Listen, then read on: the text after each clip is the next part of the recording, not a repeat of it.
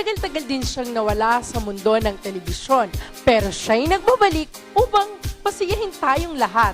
Kilalanin natin siya dito sa Celebrity 10 Bits. Showbiz news na bitin dahil walang intriga.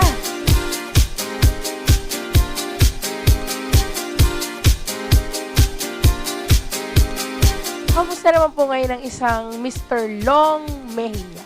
Ay, siyempre, dito lang ako palagi sa shake. Kamusta naman po ang pagiging isang ka-shake? Ka-shake, siyempre. Basta ka-shake, paano yung ganun mo? Shake, eh, oh. Siyempre, ito na, malapit na tayo, no? Shake na nga tayo ngayon, eh. Pati po ba bulsa nyo nagsishake din? Shake na, siyempre, shake! Teka, parang wala akong pera ngayon. Pero sa mga show mo dito, paano mo nababalanse yung oras mo? Oh, dito na ako tutulog. Ito mo naman, may dala na akong folding bed, dyan ako tutulog. Oo, hindi na ako umuwi. So sir, mga nakailang OJT na po kayo dito na... OJT Ay, ka. sorry. OJT ka naman. Wala mga kaibigan ko, yung mga OJT rito, tinutulungan ko nga eh.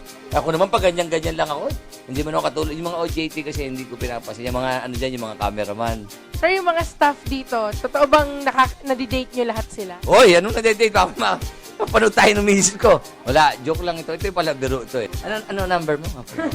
Sir, totoo bang tatakbo pa kayo sa 2010 election?